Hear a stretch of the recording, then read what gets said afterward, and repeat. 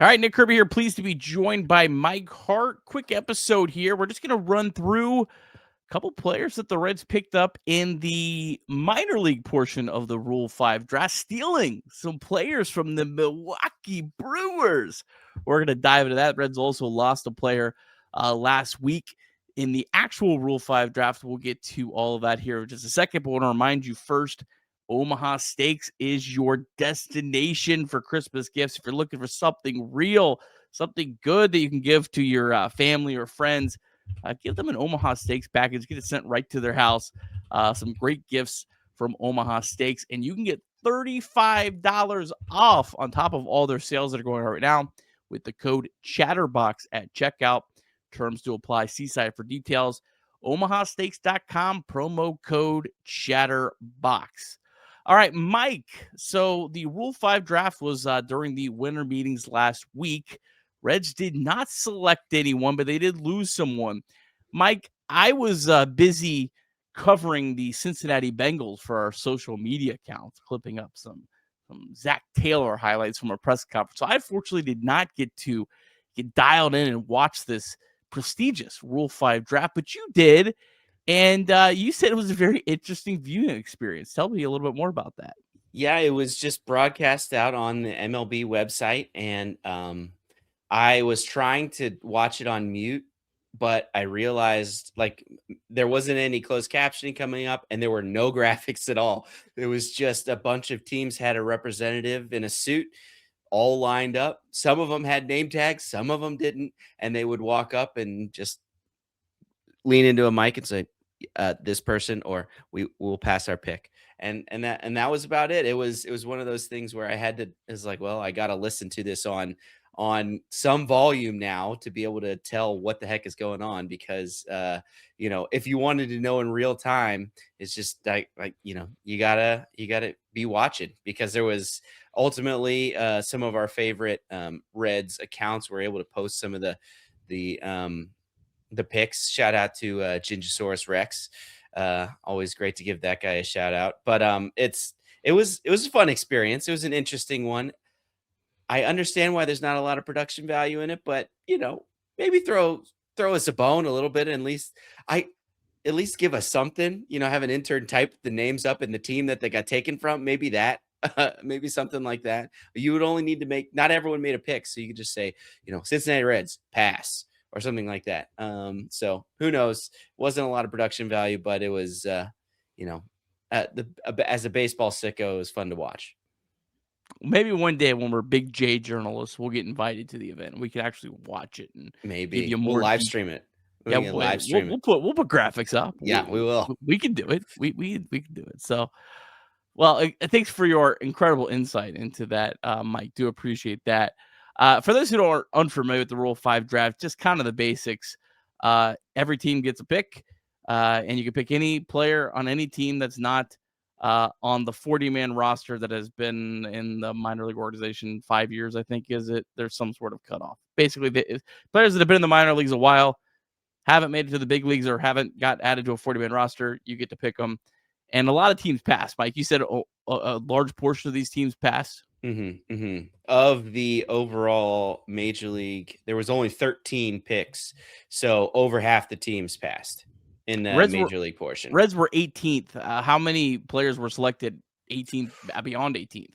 Ooh, I think 4. Blue Jays, Yankees, Phillies, White Sox. I think were the ones that were. Yeah. So when you get kind of to the bottom, it's pretty common to pass. It's kind of at least this year, in this year's Rule 5 draft. Well, after the main Rule 5 draft, there's a minor league Rule 5 draft, and we'll get to the two players that the Reds selected in a second. Reds did lose a player, Roddery Muñoz, who's had a turbulent offseason. The Reds claimed him off of waivers. The Reds DFA'd him right before the non-tender deadline to add other players. Then somehow we're able to sign him to a minor league deal, and then lost him in the Rule 5 draft. Or did they sign him to a minor league deal, or did he get optioned? I don't remember. I don't remember, but he had to pass through. He definitely had to pass through waivers, so there's a potential that we could lose him, and then he came back to the Reds off the roster.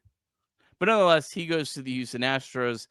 if the Houston Astros keep him on their big league roster the entire 2026 season, he will be a Houston Astro from there on out. They can option to the minors the next year, do whatever they want.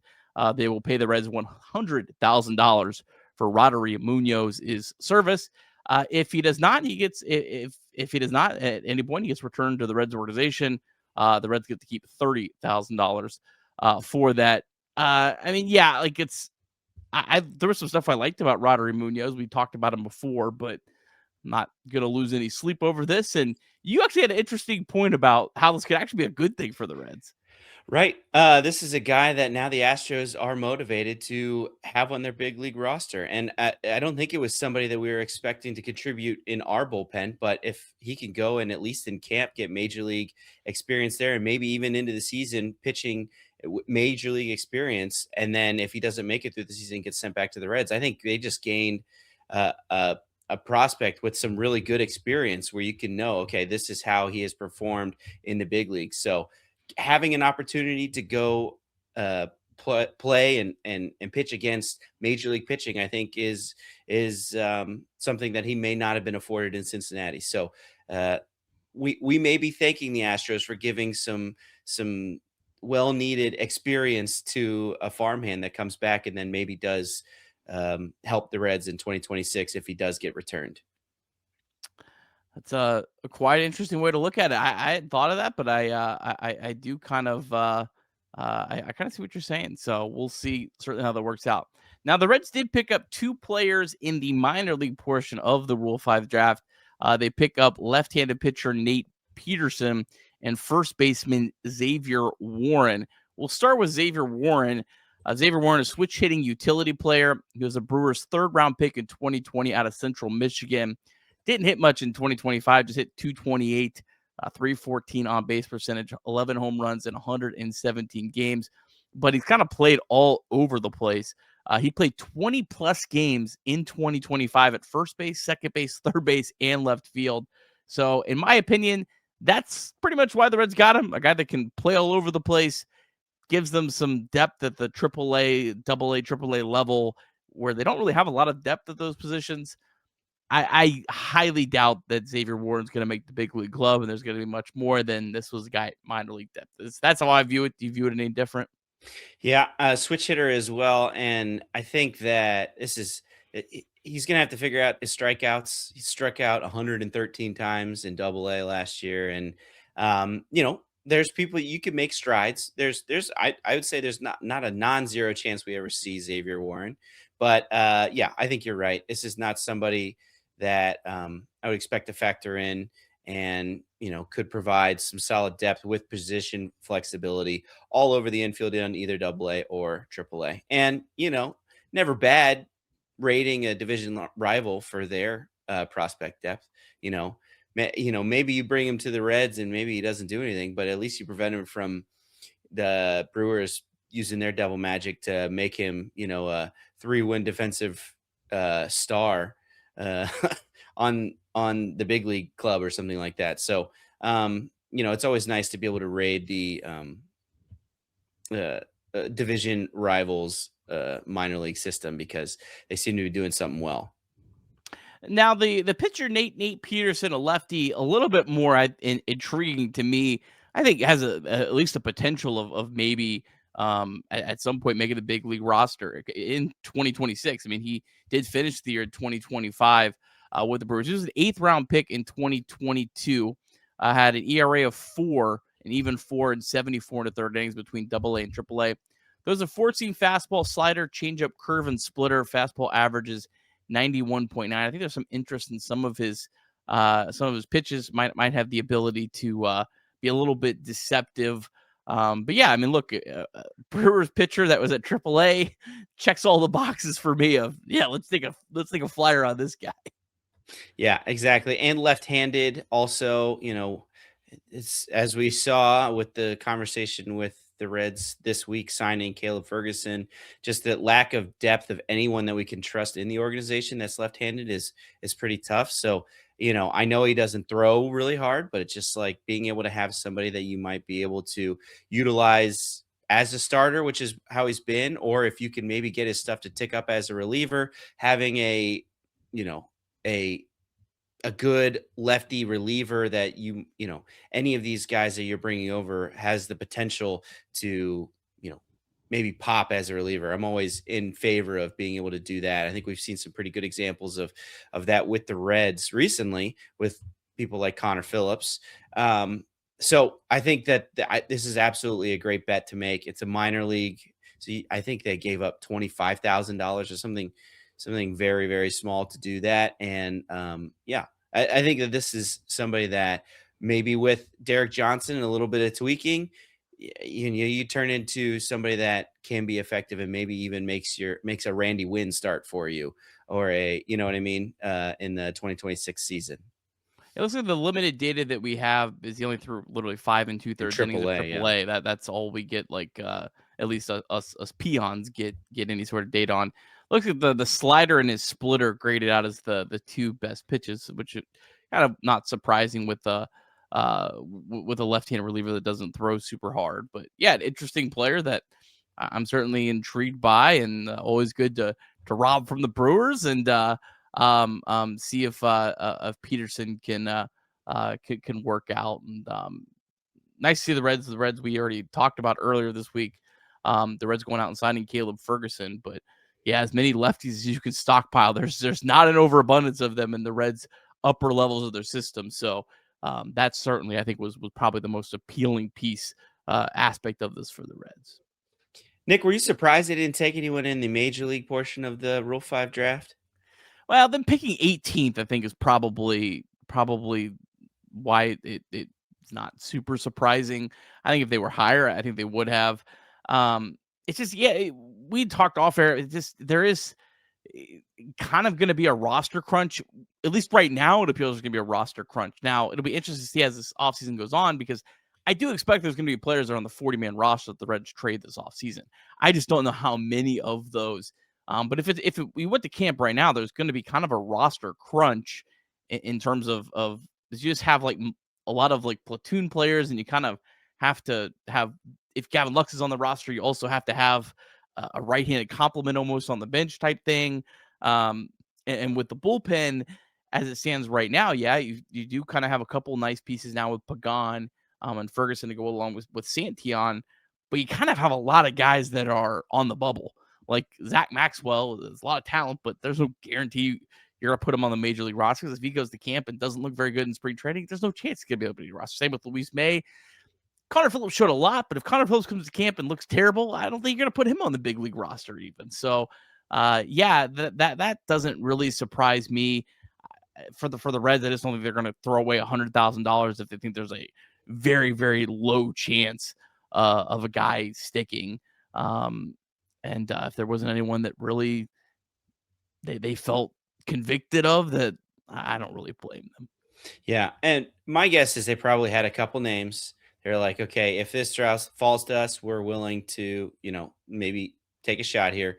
And those guys got taken, and so they said, hey, um, thanks but no thanks on the major league side. So that's probably my assumption on how it went. I'm sure they maybe even checked in on some of the players that they're interested on a trade. We've seen them trade away and trade for Rule 5 picks in the past as well. So I think one of them did get traded. Blake Um, Stable. yeah. Yeah. So, and Connor Joe, right? I think we talked about this. If you made it to the end of that long episode where Craig read all of Mark Sheldon's articles, but I think Connor Joe was another one that we drafted and then traded to the Giants. He did get through most of spring training though. Blake Okay. Sable, there's a checks and balances to this. Like Mhm. if you say, oh, the Reds were just cheap, they didn't want to waste. That's not exactly true because the Reds could have picked someone and traded him to another team. So if another team would have said, hey, we'll give you $10,000 for selecting this player, you would think the Reds would have done it, right? Because Right. was like, well, we'll take it for $100,000. You're going to pay us $110,000. We'll go ahead and pocket $10,000. Like I would think the Reds would have done that. So it doesn't seem like there was any other teams that were even interested as well. So I think like there might be a misconception that this was just a cheap move. No, probably not, because there was no other teams that really wanted any of these players for a little bit more than 110 million. I think the Reds would have done that. Maybe they wouldn't have done that for the Pittsburgh Pirates or the St. Louis Cardinals and Chicago Cubs. But if the Cleveland Guardians wanted a player and said, hey, we'll give you an extra $25,000 for doing the deal for us, I would think they would do it, right? Yeah. I think you're right. I deep down, I wish, as somebody who was watching it, I would have wished that they would have done something. I would have wished that they would have picked the person that I asked to highlight as well, Reggie Crawford. But I understand why they didn't. And, and at the end of the day, the odds of these guys sticking are very, very low. I think that one or two make it every year, and they're on bad teams that have roster space. So it's like the odds of it actually mattering weren't very high. So I got over it pretty quickly. And the reason the Reds were picking so low is because they made the playoffs. That's right. That's why they're picking 18th. So if you want the Reds to pick up guys in the Rule 5 draft, you're going to have to really hope they stink next year, which I don't think any of us are. Good trade-off for me. I'll take the playoffs over a Rule 5 draft pick. Yeah. Hopefully we're never top 5 Rule 5 draft picking again. Oh, Mike, this was a lot of fun, interesting kind of conversation. This is the real. I mean, I put this on the Friday because I think a lot of people, during football season, they want their football podcast. If you're listening right now, you are the sicko that we love. Mm-hmm. You are listening to minor league Rule 5 draft talk on a Friday afternoon or maybe a Saturday while you're doing some errands. I think there's some bowl games going on. You're a sicko, and we love you. That's right. We appreciate you. We will appreciate all the comments that will get dropped in there too. So keep those coming. I love going through those because sometimes they agree with what we say. Sometimes they don't. So I'm always open to new opinions about, what we have going on. Say some nice things to Craig. Craig's been getting a little dragged a little bit late. And one thing you got to realize about Craig is I literally text Craig at like 12:45 in the morning. Hey, can you record something real quick? Like, that's how much notice I give this guy. So this guy's a grinder. Well, let's appreciate him a little bit. Who also has to do the play-by-play of the Bengals game. Like, he's at a rough stretch. Cut that guy a break, man. That dude's going through it with the Bengals. I'm also a Bengals fan, and man, I'm just ready. I just know that, I saw the graphic. It's 100 days till opening day now. And pitchers and catchers are close. So it's coming. I'm sorry, Joe Burrow, but your season's over now. It's time to start focusing on Cincinnati Reds. We got the World Baseball Classic too, so that'll be gonna be a fun spring training. I'll put you on the spot here, Mike, before we completely wrap this up. Who do you think the Reds get? Who do you think the Reds signing or trade is? Who do you think their big one is? I think they re-sign Miguel Andujar. That's my guess. I wish that they wouldn't, but I think they missed out on it, and they're gonna bring Andujar in to platoon the DH, potentially with Lux. That's my guess. I think Brandon Lau. I think they're gonna make a trade for Brandon Lau. I like that. I think that's the move that I just feel like might have the most legs, but the Reds really don't give us a whole lot of hints usually. So yeah, who knew? I think that they'll do something, or they're gonna do something. I don't know how far out it'll be. I know it's gonna leave most of Reds fans wanting more. I just don't know how far down it's gonna want them more. Is it gonna be one of those things where like, okay, that's kind of cool. We want more, but okay, that's kind of cool. Or is it gonna be pitchforks? I don't know the answer to that. We'll continue to find that out here every week on Chatterbox Reds. That's right. Stay tuned to Chatterbox Reds because you know that we'll be live, or we'll have something posted no matter what they do, whether we love it or not. All right. Well, appreciate you, Mike. Like the stream if you're watching. Leave us a 5-star review. And, of course, check out all the other Chatterbox content. There's multiple episodes this week of Chatterbox Bearcats. Be sure to check that out. Chatterbox Bengals. We're posting a lot of episodes there. Short episodes almost every day on Chatterbox Bengals, of course. Off the Bench and the Stone Shield Show runs 10 a.m. to noon Monday through Friday. Also available everywhere you get podcasts. So all kinds of content for you all year long. Take care. Go Reds.